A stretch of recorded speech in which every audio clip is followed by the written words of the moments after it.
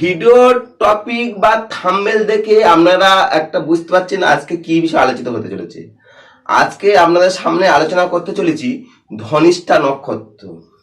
ধনিষ্ঠা নক্ষত্র ধনিষ্ঠা নক্ষত্র মোট তারা কটা হচ্ছে? ধনিষ্ঠা নক্ষত্র মোট তারার সংখ্যা হচ্ছে 5টা। ধনিষ্ঠা নক্ষত্রে মোট কতগুলো তারা? 5টা তারা নিয়ে গঠিত। প্রতীক কি? ঢোল বা তবলা। ঢোল, তবলা বা বাদ্যযন্ত্র বলা হয় এর প্রতীক। অধিষ্ঠাত্রী দেবতাকে অষ্টবসু। 8জন যে বসু আছে অষ্টবসু, অষ্টবসু কোন রাশিকে সে অবস্থান করে?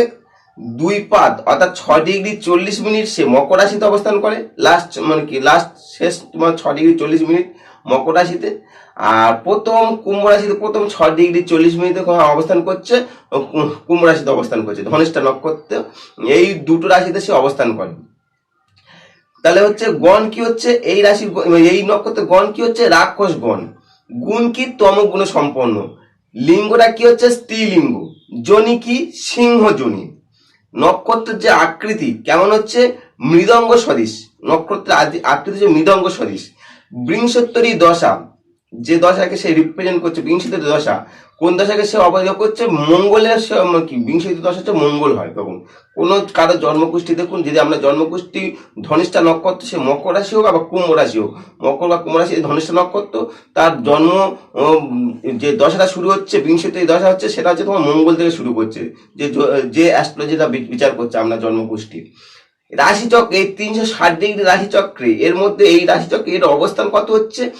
293 ডিগ্রি 20 মিনিট থেকে 293 ডিগ্রি 20 মিনিট থেকে 306 ডিগ্রি 40 মিনিট পর্যন্ত এই নক্ষত্রের অবস্থান। যদি আপনাদের এই ভিডিওটা ভালো লাগে অবশ্যই এটা সাবস্ক্রাইব করতে পারেন। আর ভিডিওটা কোথাও স্কিপ করবেন না, কারণ স্কিপ করলে অনেক তথ্য মিস করবেন। কোথাও এই ভিডিওটা স্কিপ করো না, কারণ ধনিষ্ঠা নক্ষত্র সম্বন্ধে, তার নক্ষত্রের কি আমাদের কেন তার নামকরণ দিল, তার গুরুত্ব কতটা, বা অন্য কোনো গ্রহ এই নক্ষত্র অবস্থান থাকলে কি ফল দিতে পারে মানুষের মধ্যে, সেই বিষয়টা পুরোটা আলোচনা করবো। ধনিষ্ঠা ধনিযুক্ত স্তর হতে ধনিষ্ঠা নক্ষত্রের নামকরণ হচ্ছে। অর্থাৎ কি, যে নক্ষত্রে ধনীগণ বাস করেন তাকে ধনিষ্ঠা নক্ষত্র বলা হয়। ব্যাপারটা এরকম, যে নক্ষত্র ধনীগণ বাস থাকে। আবার আমি যদি অন্য অর্থ যদি পোষণ করি, অন্য মত যদি পোষণ করি, তার কি বলছে? যে নক্ষত্রে ঋষিগণ বসবাস করেন, যে নক্ষত্রে ঋষিগণ বসবাস করে তাকেই বলে তোমার ধনিষ্ঠা নক্ষত্র।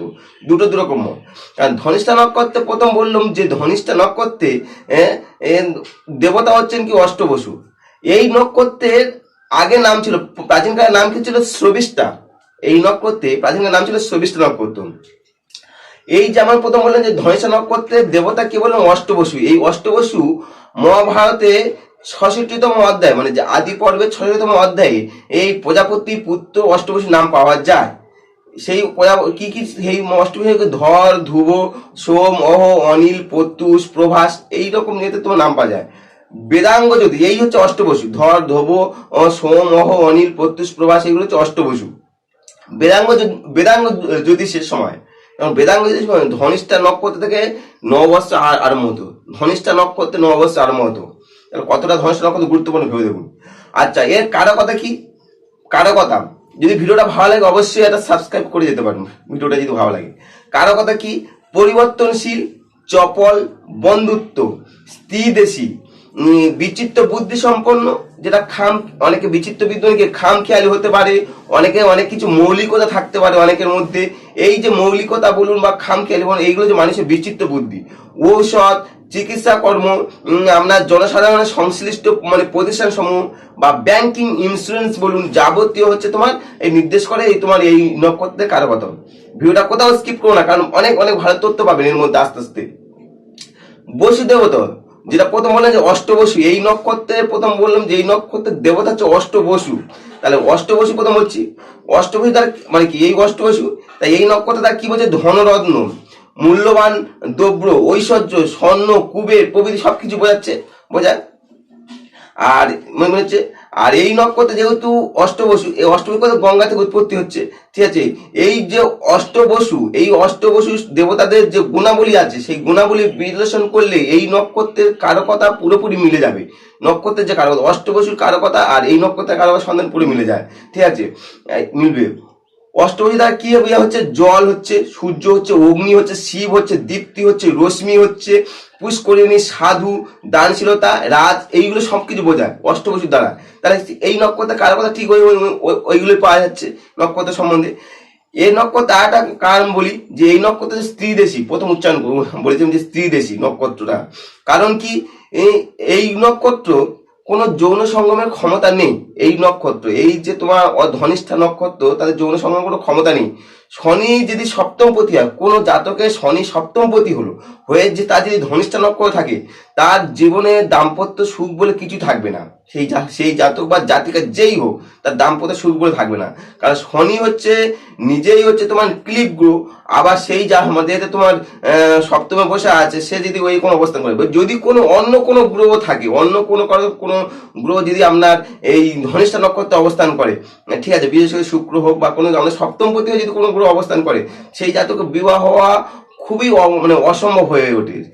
বিবাহ হওয়া খুবই অসম্ভব। যদিও বা বিবাহ হয়, ঠিক আছে, কোনো জাতক সেই বিবাহ হলো, বিবাহিত জীবন সুখের হয় না, এবং স্ত্রীর সঙ্গে একটা মনের একটা মিল হয় না, মানে মতভেদ তৈরি হয়, কন্টিনিউয়াস তার স্ত্রীর সঙ্গে একটা মতভেদ তৈরি হয়। যদি আপনার ধনিষ্ঠা নক্ষত্রে কোনো গ্রহ কোনো যদি সপ্তমপতি অবস্থান করে বা কোনো গ্রহ যদি অবস্থান করে, তাও তার নেগেটিভ ফল দেওয়া শুরু করে। ধনিষ্ঠা নক্ষত্র ব্যাপারটা এরকম।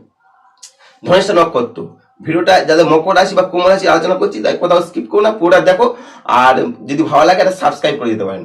মকর রাশি যাদের ধনিষ্ঠা নক্ষত্র জন্ম, যে জাতকের জন্ম নক্ষত্র ধনিষ্ঠা অথচ মকর রাশি, সেই জাতক কি ফল পাচ্ছে? সেই জাতক হয় প্রথম শ্যামবর্ণ হয়, গজকপাল হয়, দয়াশীল হয়, পেট বেদনার রোগী হয়, পেট বেদনা সে রোগী হয়, দন্ত রোগী হয়, রতিপ্রিয় হয়, পরহিতকারী হয় সে জাতক, বহু কুটুম্বযুক্ত হয়, আর রক্তবর্ণ চক্ষু হয়, রাজদ্বারে খ্যাতিমান হয় ও দাতা হয় মকর রাশিতে। আর কুম্ভ রাশি, সেই কোনো জাতকে কুম্ভ রাশি অথচ ধনিষ্ঠা নক্ষত্রে জন্ম, কুম্ভ রাশি ধনিষ্ঠা নক্ষত্রে জন্ম, সেই জাতক তখন কি ফল পাচ্ছে? সেই জাতক পাচ্ছে বালক স্বভাব প্রকৃতি হয়, সেই জাতক একটু বালক স্বভাব প্রকৃতির হচ্ছে। জাতক একটু চঞ্চল হয়, ধনবান হয়, জাতক বাকসিদ্ধ হয়, সামর্থ্যবান হয়, জাতকটি অভগ্ন কপাল হয়, বাল্যকালে সেই রোগী হয়, সে জাতক রাজদ্বারে যশস্বী হয়, ধনবান হয়, শ্রীমন্ত হয়, স্ত্রী সংসর্গ চিত্র হয়, সেই জাতকটি সঙ্গীত প্রিয় হবে, শরীরে তার রোম যুক্ত থাকবে। আচ্ছা, সেই জাতকের হাতে মৎস্য রেখার চিহ্ন থাকবে। মকর রাশি ধনেশ নক্ষত্রে মৎস্য রেখার চিহ্ন থাকবে না। যদি কুম্ভ রাশি ধনেশ নক্ষত্র হয়, তার হাতে মৎস্য রেখার চিহ্ন থাকবেই। যদি ভিডিওটা ভালো লাগে অবশ্যই একটা সাবস্ক্রাইব করুন আর সঙ্গে থাকুন। আমাদের পরবর্তী ভিডিও যখন আপলোড করবো আপনারা প্রথমেই পাবেন। আর আর যারা আমার ভিডিও দেখছেন তাদেরকে আমার অসংখ্য ধন্যবাদ। সবাই ভালো থাকুন, সুস্থ থাকুন, নমস্কার।